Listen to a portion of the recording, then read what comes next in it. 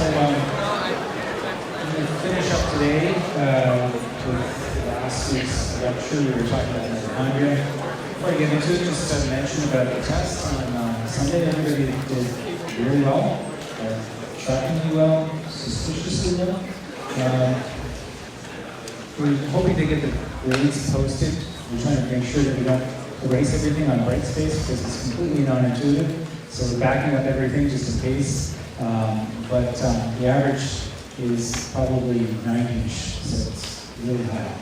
So we did really well, which is great, but it is kind of strange you do that well. So I mean, this is our first time having the open book. I feel like there was something else that's going on as well. So we'll see. Okay, so to get back into mitochondria, we talked about fission and fusion and tunneling nanotubes. One thing that we get to is calcium. So calcium is an ion. It plays a really important role in cellular biology. It gets imported, it gets exported, and it gets imported into the cell. It frequently gets stored in different locations. One of the major sources, or sort of storage places for calcium is the endoplasmic reticulum. The other is mitochondria. As an ion, it can't cross membranes, so it has to go through some kind of pore. We talked about the voltage-dependent anion channel, VDAC. So because it's fairly small, it can cross through less than 5,000 Daltons, which calcium easily fits the bill. So it can cross the outer mitochondrial membrane through the VDAC channel, porn, and then it can enter into the mitochondrial matrix through the mitochondrial calcium uniporter, MCU. And then once it accumulates in there, it can actually bind to a lot of things. It binds to some Krebs cycle enzymes and actually can increase their activity. So that's a way that it can directly increase activity, which will lead to increased production of NADH, and that's going to fuel the electron transport chain, which is going to help generate ATP through oxidative mechanisms. The other aspect is that too much is not necessarily a good thing. So if too much calcium floods into the mitochondria, it can cause some perturbation through various mechanisms, which we won't get into. But one thing it can do is actually start to affect a special structure, which we'll get into a lot more detail way later in the course when we talk about apoptosis. But this thing is the mitochondrial permeability transition pore.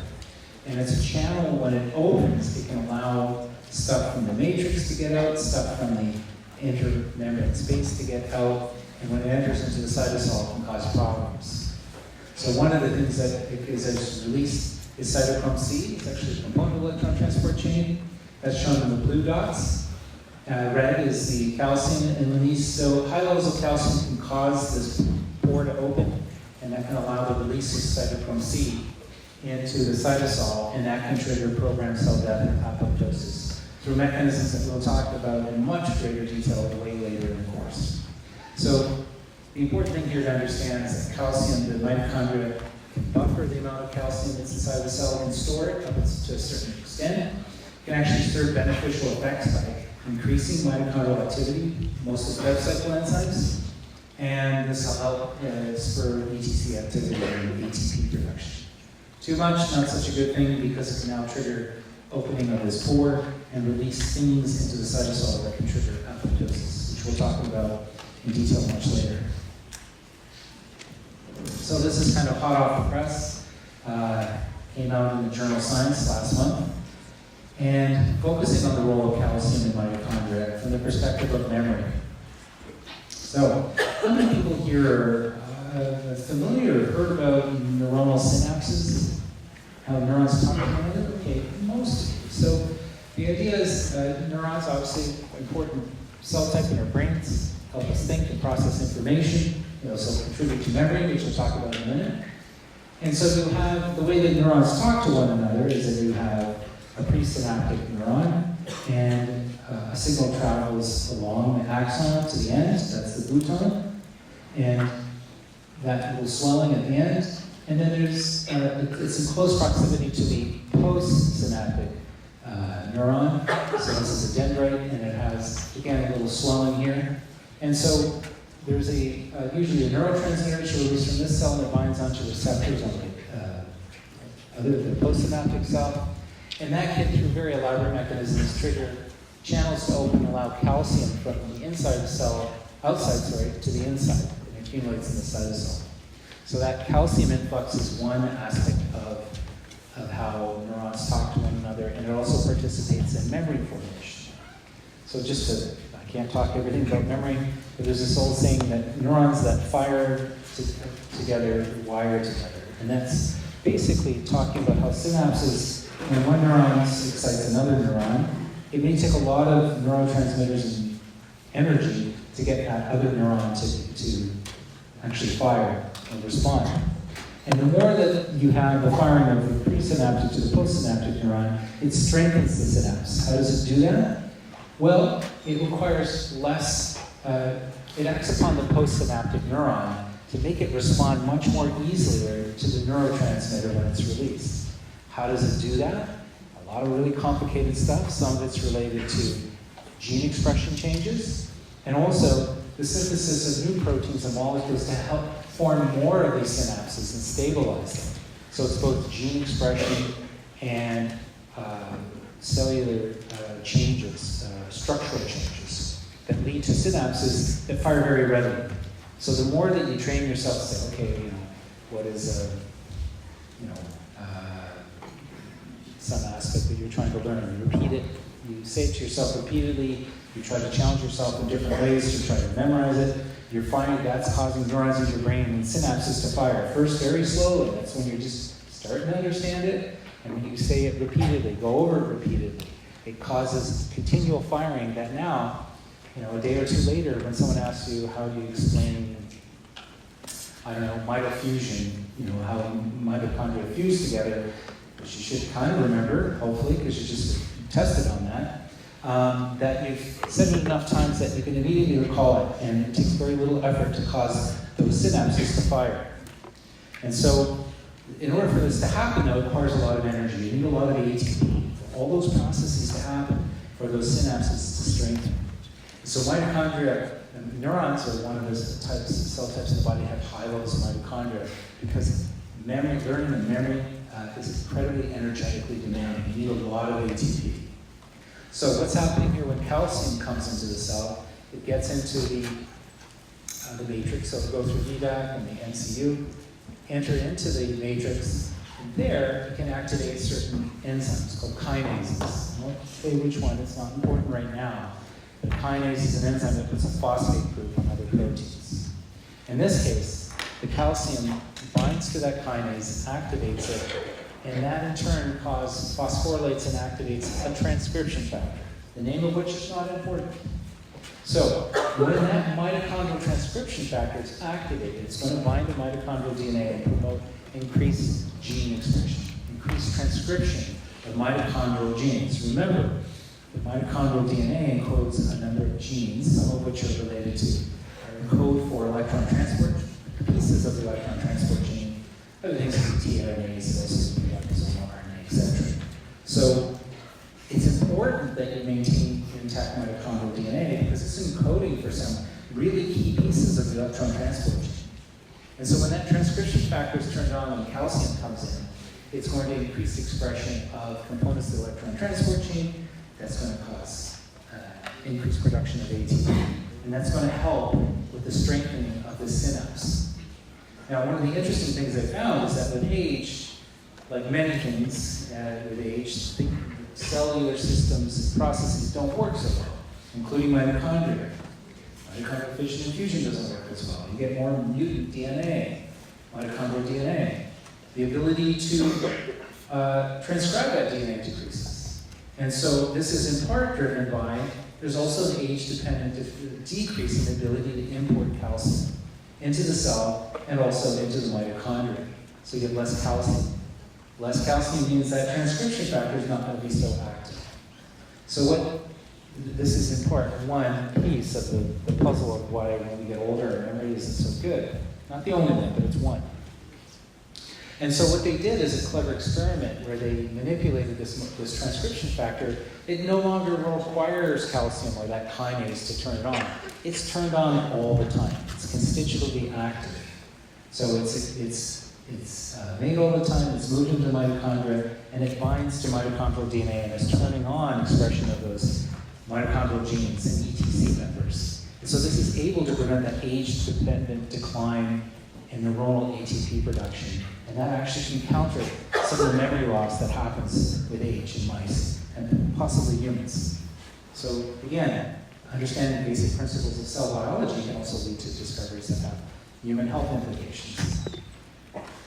Okay, so we'll finish on that. Now moving on to the endoplasmic reticulum and protein translation and sorting of targeting of proteins.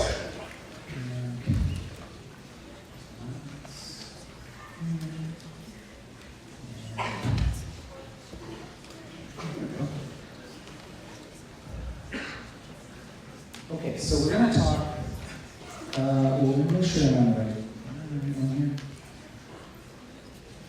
Nope, I'm on the wrong lecture, 1 second. Too many things open at the moment. That's it. Okay, we're going to talk about where proteins get targeted, how proteins can know where to go in the right part of the cell. We'll talk about proteins that are secreted, that go through the endoplasmic reticulum. We'll talk about how they're translated, there's some special aspects, what happens to proteins in the ER, and how we can move proteins to certain organelles, including mitochondria and nuclei. So in a typical mammalian cell, we have about, at any time, about 10,000 different proteins can be made. They have to go to the right place in the cell. So they have to have the cell has to have some mechanism to say, this is a protein that needs to go to mitochondria, it needs to go to the nucleus, or the ER, or some other place. So that's called targeting.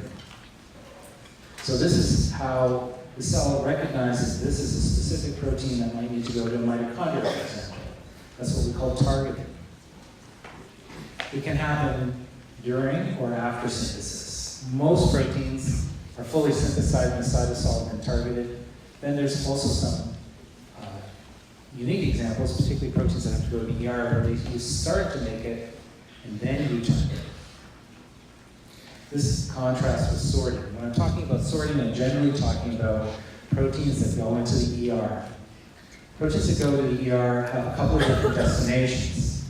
They can either go to structures called lysosomes. They can go, well, even before then, they need to go, first they need they go to the Golgi apparatus. They can either go to lysosomes, or they can be inserted into the plasma membrane or secreted outside of cells. So that's the sorting mechanism. So when we're talking about sorting these proteins that made it to the initial destination, which is the endoplasmic reticulum, and then from the ER, they're going to get sorted to different structures, such as a Golgi lysosome, or potentially shot outside of the cell.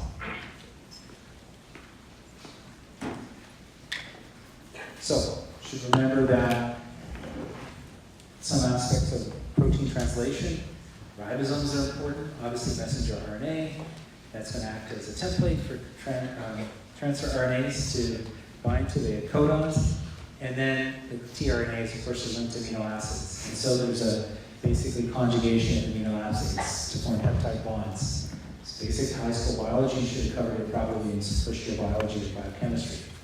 So I'm assuming you have some basic understanding of how protein translation works. So we need cytosol, we have ribosomes, and we have messenger RNA, tRNA, etc. So proteins that are synthesized on freely floating ribosomes in the cytosol, they can either remain in the cytosol, or they can be targeted to organelles, either the endoplasmic reticulum, mitochondria, chloroplasts if it's plants, peroxisomes, and nuclei. So they have a specific signal, a targeting signal sequence, which we'll talk about in detail in a minute. Other proteins that end up in the ER actually have to be synthesized. First a little bit in the cytoplasm, and I'll go through those steps in the next slide or so. And then they go to the endoplasmic reticulum, the ribosomes, and this complex of RNA, and then they continue to be translated as they enter into the ER. And then once they get in there, they're going to be sorted to the Golgi lysosomes or the plasma membrane. And when we talk about this sorting, you could have protein sorting pathways that are either for proteins that go either to the plasma membrane or outside of the cell, that's the secretory pathway. And the non-secretory pathway would be proteins that may oscillate between the ER and the Golgi, or they end up in lysosomes. So that's a non-secretory. And again, we'll get into detail on that in the next lecture. All right, so this is a visual that kind of puts this into better perspective. If we have messenger RNA that enters into the cytosol, it will be recognized by free-floating ribosomes, and that's going to start to cause the translation of that. So that little blue thing there, that's the protein. The red squiggly line is messenger RNA. And so this protein can be fully synthesized in the cytosol and undergo folding and then do something. That's kind of like the default pathway. Or we'll talk about targeting sequences. So it's a unique sequence of amino acids on that protein, which could be recognized by certain specialized proteins to help guide that protein to perhaps the mitochondria or to the peroxisome, which we can get time to talk about. Or enter into the nucleus. Or if it's a plant, it could enter into the chloroplast. Alternatively, a protein that has to go to the ER will start to be made in the cytosol.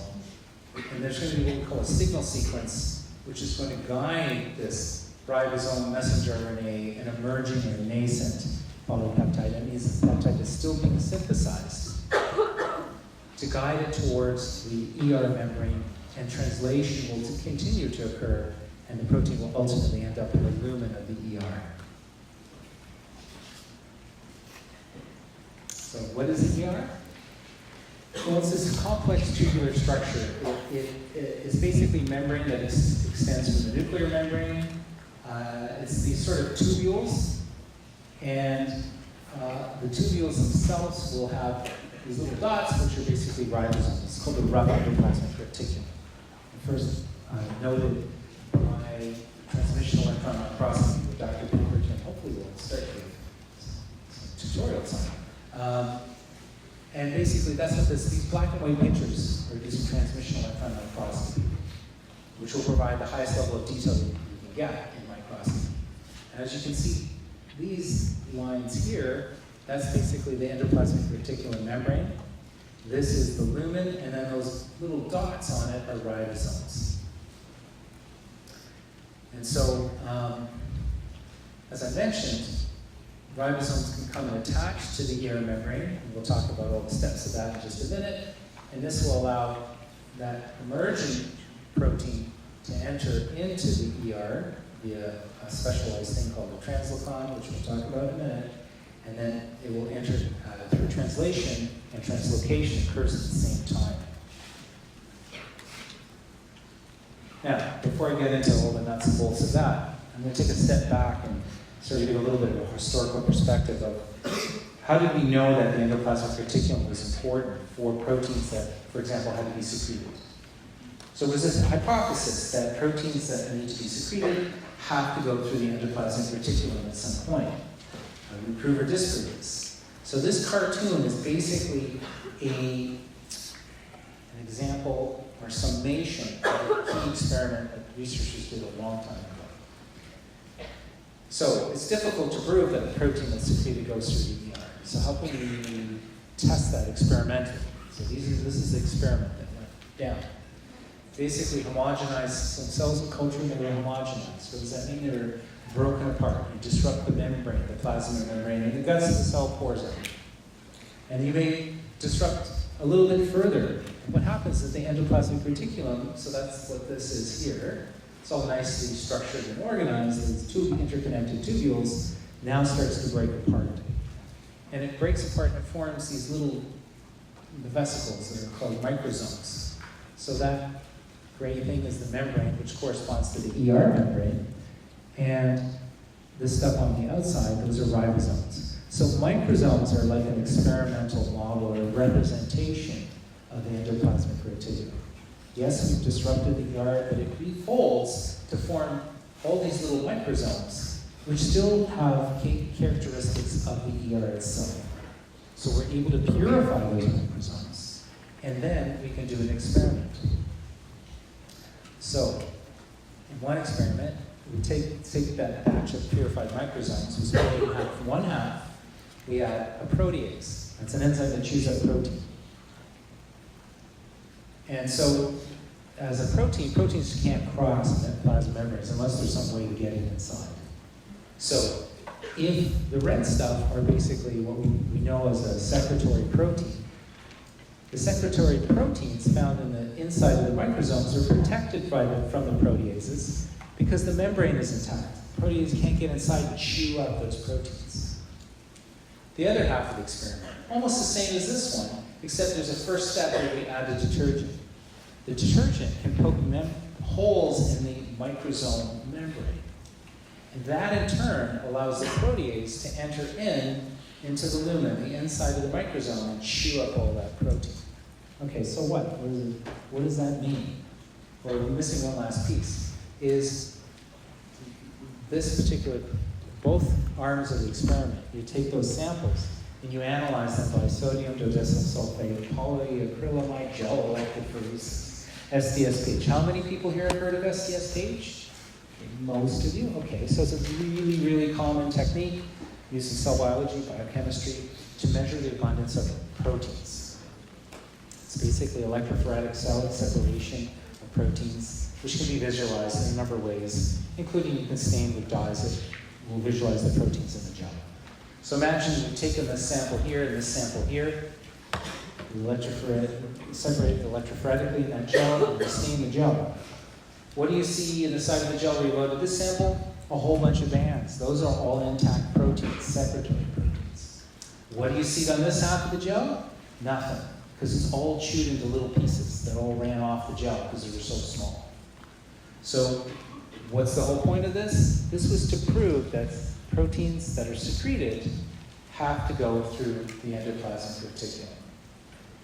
And in this experimental model, we're using microsomes to mimic the ER, and then we're exposing them to two different conditions. And the fact that under this condition, the secretory proteins are preserved because the ER membrane protected them from protease. As a control, if we add a detergent and they disappear, then that showed that when you break that membrane apart, now the protease can come in and chew it all up. It's a kind of a control, so to speak. So hopefully that makes sense. So again, this was the experiment that showed that secreted proteins had to go through the endoplasmic reticulum, at least first. So this is a little bit continuation. So the next question was, do proteins that go through the ER, are they first fully synthesized in the cytosol? And the full synthesized protein, does it then somehow get inside the ER? That's the hypothesis. So the question, maybe the hypothesis is that secreted proteins have to undergo translocation and translocation, i.e. move into the ER at the same time that they're being translated. That was the question. So how do we address this? So this is using an in vitro or in a tube situation. So you take, it's called cell-free protein synthesis. You can take extracts that are purified that have all the translational apparatus. So you purify that in the cell, and then you introduce messenger RNA onto your secreted protein. You can even synthesize that. You can do in vitro transcription if you want. So in this artificial situation, you can add in the messenger RNA, red, and all the protein translational apparatus, including ribosomes and translation factors, and it will synthesize that protein in a tube.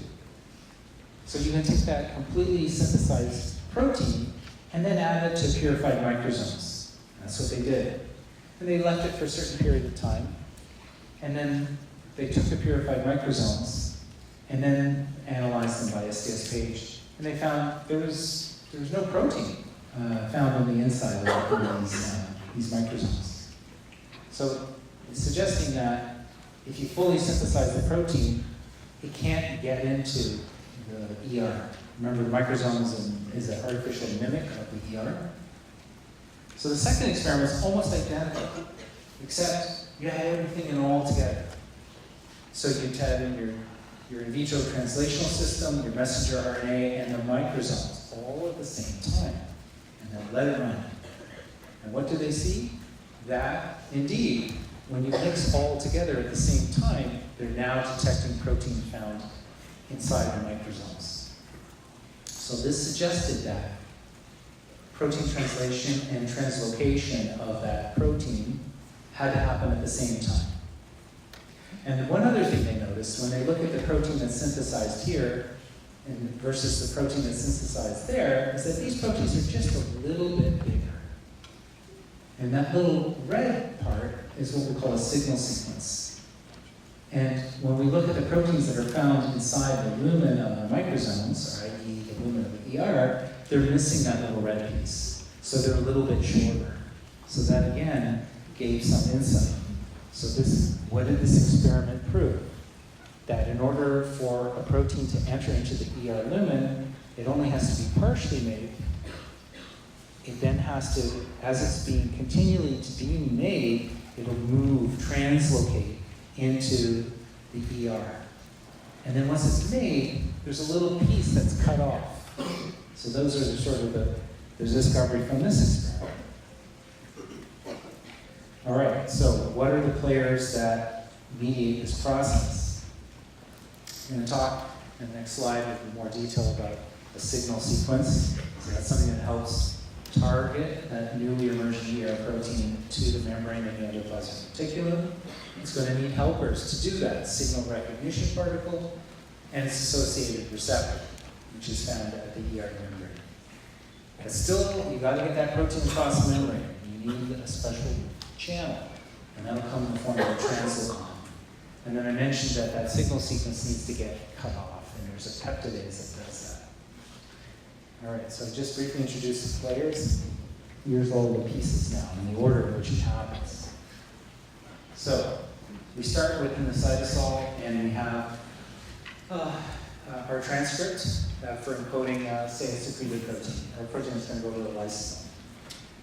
It's going to be obviously recognized by ribosomes. It's going to start to synthesize that protein. And the very beginning of the protein, amino terminus. See all those little reds, little dots, those are amino acids. So that signal sequence is going to be recognized by a signal recognition particle. This protein's floating around in the cytosol. It's going to recognize that signal sequence, and that acts as a signal to help bring this whole complex of messenger RNA, ribosome, and the SRP, and then, of course, the emerging nascent polypeptide to the ER membrane. So this is in the cytosol, yellow, there's the ER membrane, the blue is the lumen of the ER. And so associated on the ER membrane is what's the SRP receptor. So it will bind to this whole complex, the SRP associated with the emerging the nascent polypeptide, the ribosome, and the messenger RNA will come and bind to that receptor. And so that gets it there, but then you still need to get this protein moving into the ER. So that's going to require that protein to go through a translocon. So the translocon, it's kind of like shown here, it looks like a donut hole. So the hole is what the emerging polypeptide has to go through. The translocon is closed, so we can't do that. So at this stage, what's going to happen is a couple of things. Once you've got this complex bound to SRP receptor, GTP comes in, binds to it, and then it's hydrolyzed. That provides the energy. What does it provide energy for? Well, first, it provides energy that causes the dissociation, the release between the SRP and the SRP receptor. So SRP, GTP is hydrolyzed, it dissociates from the receptor, and it can float back and find another signal peptide. This also allows the ribosome to move over, this whole ribosomal complex with the peptide, to move over on top of the translocon. The hole opens up, and that allows that polypeptide to move through and enter into the lumen of the ER. Now, students have long since gotten flustered over about this GTP business. It's not the important thing to understand is GTP hydrolysis does a couple of things. It helps promote the dissociation of the SRP from the SRP receptor, so it can go and bind a new emerging polypeptide. And it also helps permit the movement over of this complex ribosomal polypeptide on top of the translocon. Does it provide energy to open the translocon? I don't know, maybe, maybe not, I don't care. So don't get too caught up in all the minutiae details about GTP hydrolysis. Just know that GTP hydrolysis is going to be required to help ultimately get that emerging polypeptide entering into the translocon, where it will continue to be translated. So the translation helps push the protein pieces ahead of it further into the lumen. And once it moves in enough, then there's a peptidase, a signal peptidase, that cleaves off the signal sequence. Translation continues to occur, and then ultimately you get the fully synthesized protein that enters into the lumen of the ER. So it's a fairly large sequence of events. There's a number of players, but if you follow it through and remember, kind of the sequences and what are the things that you need in order for this to happen, that's the important take-home message. So once it's in the ER, what happens to it? Well, I already talked about you can have a peptidase like the signal peptidase that can cleave it. There's other peptidases that can cleave other things. Quite frequently, proteins that are secreted particularly have carbohydrates added to them. It's called glycosylation. A lot of proteins that secreted have to have a very stable shape, a stable structure. The outside of cells can be a hostile environment. So you want to basically make sure that protein structure is very stable, and the formation of disulfide bonds plays a role in that. You also have to make sure that those proteins fold properly in the ER. The ER itself can be a bit of a harsh environment, and a lot of protein misfolding can occur there. So talking about glycosylation. So it's basically the enzymatic transfer of a branched carbohydrate structure. So this is already pre-synthesized. It's linked to the membrane by this phospholipid called dolichol. And it kind of hangs out there waiting for a protein to merge into the lumen of the ER. And then, for various reasons, which we'll talk about in the next slide, you can have the transfers of this complex carbohydrate structure onto that emergent polypeptide. And it usually occurs at an asparagine amino acid. And it's facilitated by an enzyme called oligosaccharyl transferase. Oligosaccharide means many sugars, so many sugar transferase. It puts this complex structure onto that emergent polypeptide. And quite frequently what happens when it's in the ER and also in the Golgi is there's other enzymes called glycosidases. And they actually can remove some of those sugars. You have different mannose and glucose and glucosamine, all sorts of things. So different types of carbohydrates can be added or removed. The oligosaccharyl transferase is usually what puts them on, and the glycosidase is what cleaves off pieces. And this is important for protein folding and promoting protein stability. And also, when we talked about early phases of cell culture, we talked about how cells stick together and then we sometimes have to break that apart. That's because the extracellular matrix proteins are quite sticky, and their stickiness in many cases is conferred by glycosylation. Those sugar moieties make those extracellular matrix proteins quite sticky. That helps cells adhere to the plate and also to one another.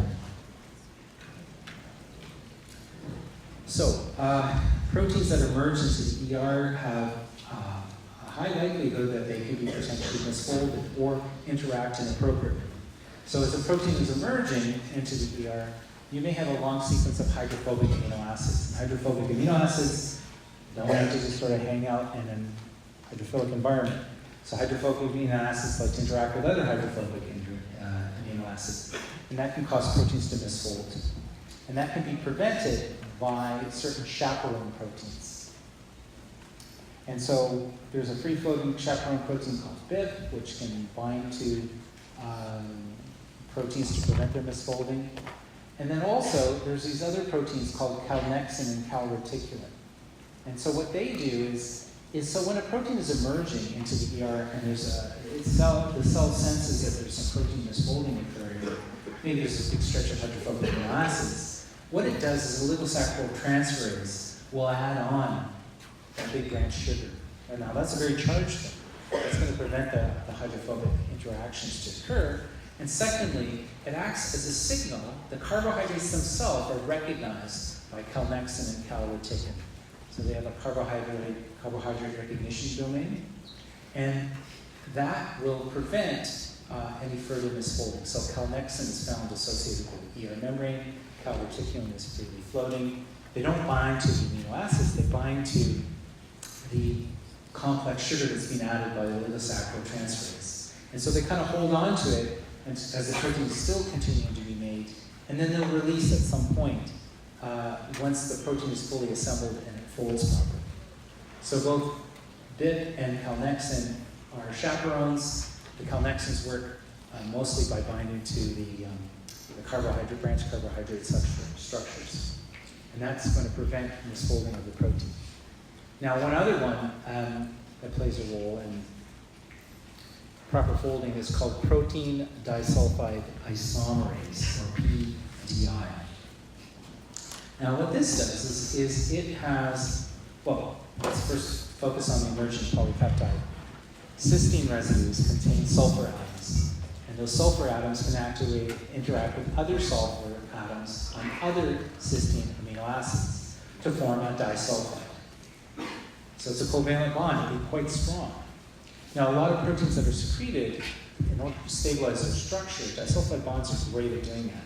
So immunoglobulins or antibodies can be extremely stable, in part because they form complex disulfide bonds which help stabilize their structure.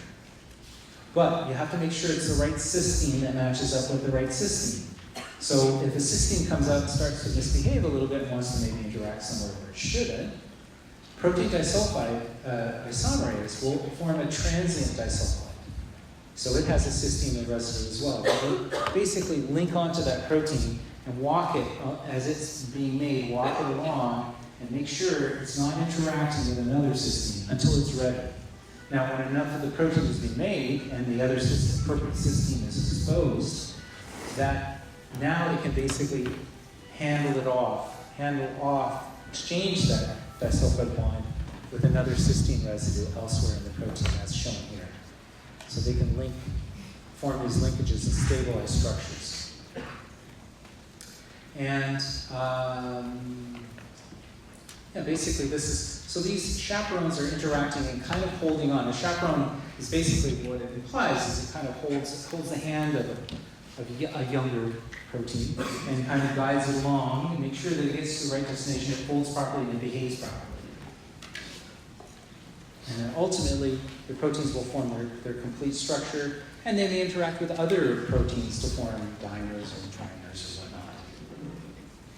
And then ultimately, these proteins are going to be transported from the ER to the Golgi, which we'll talk about in the next lecture. Okay, so I'll talk about now mitochondria and proteins that get into the, for example, the matrix or other places, intermembrane spaces. So if you think about it, a protein that's in the cytosol has to get across two membranes if it wants to go into the mitochondrial matrix. So let's say it's a Krebs cycle enzyme, and it's made in the cytosol. So what's going to happen to it? Well, first off, we're going to have so we don't find just chaperones only in the ER. We find them throughout many places in the cell, including the cytoplasm. And one of the cytosolic chaperones is called cytosolic HSP7, heat shock protein 7. There's many heat shock proteins. HSP, the name is derived from how they were discovered. I think it was in yeast, where they shock cells with heat, causes proteins to disassemble and unfold. And these heat shock proteins are able to kind of preserve or refold proteins in the correct structure when the heat is basically turned down and get back to normal operating temperature. So that's why they're called that, but they participate in folding mechanisms totally independent of any heat stress, but the name persists. So what can happen is as this protein is synthesized in the cytosol, it could potentially misfold. So the chaperone protein is like HSP7, you can bind to it, And the other and prevent its misfolding, and some of that takes energy, so ATP is hydrolyzed, and that energy helps kind of wrangle this protein, stop it from misfolding. It also helps guide it towards the mitochondria. How does it know to guide it? Well, that's because mitochondria typically have what are called mitochondrial matrix targeting sequence. And there's not as strong a consensus as other targeting sequences, but there's a commonality or similar features that we find in mitochondrial proteins that are targeted towards particularly matrix. So it's anywhere from 20 to 50 amino acids. Tends to be found in the amino terminus, although we can find it in the middle or even the carboxy terminus. But they tend to have a mixture of both hydrophobic and charged residues. So basic and hydroxylated amino acids. So this combination of hydrophobic and charged residues is what we call amphipathic. It's kind of got both hydrophobic and hydrophilic properties. And that seems to act as some kind of signal, which will be recognized by a number of proteins that we work, and I'm not going to mention all those proteins, it's not important, but they work usually in concert with these chaperone proteins to help guide that mitochondrial protein to the mitochondrial outer membrane. Now, there's a bunch of proteins that are found at the outer membrane. They're called TOM proteins, which stands for translocon of the outer membrane. There's tons and tons of them. They got all different kinds of 22, 40, 50, 108, I don't know, and I don't care. Memorizing numbers is an exercise in futility. It doesn't matter. You should understand what TOM is. Translocon of the outer membrane. The name tells you what it does. Now, as a translocon, similar to what we saw in the ER membrane, does the same thing. It's got a donut, hole opens up, and the protein goes through. Now, there's certain types of TOMs that function to bind the signal sequence, the targeting sequence. They don't necessarily act as a translocon, but they can bind to it and guide that protein over to another TOM, a number of which I don't care about. And that TOM protein will now open up and will allow that polypeptide to cross over the outer mitochondrial membrane. Now, quite frequently, proteins that are going to go into the matrix have to cross two membranes, obviously. So it's not really advantageous to have it, a big gap between the outer membrane and the inner membrane, and that protein can kind of float around and maybe get messed up, not do something it's not supposed to do. So quite frequently, you'll remember the cristae. Those are those kind of invaginations of the inner membrane. Well, they can kind of oscillate up and down. And when they oscillate, they come up close to the outer membrane. That's where we find an association of these other proteins called TIM, which stands for translocon of the inner membrane. Makes sense. So TOM and TIM kind of line up close together, and the channel opens up, the outer membrane, outer mitochondrial membrane, TOM will open up and pass through, now through TIM, and it starts to merge into the matrix of the mitochondria. Now, to help recruit this, or facilitate this process, there's another HSP70. So it's a matrix HSP70. It's not cytosolic. So there's a whole different flavors. They call them isoforms of HSP70. They all look very similar to another, but they have some slight differences. So cytosolic HSP70 is found in the cytosol. Matrix HSP70 is found in the matrix. And guess what? In order for it to get there, it had to have a mitochondrial targeting sequence. Something to know. So why is it there? Well, it seems to help pull this protein through into the matrix, and at the same time also prevent it from misfolding when it enters into the matrix. That takes energy, so there's ATP hydrolysis. So it helps pull through that protein into the matrix. It's going to be recognized by a matrix processing protease. So there's a protease which cleaves off the signal sequence, and now you have the fully formed protein found in the mitochondrial matrix. So that's basically the key points there. This morning we finished up with this lecture, so I don't want to go any further, but if there are any questions, I can take a few if you want. Or if not, we can just get out of here.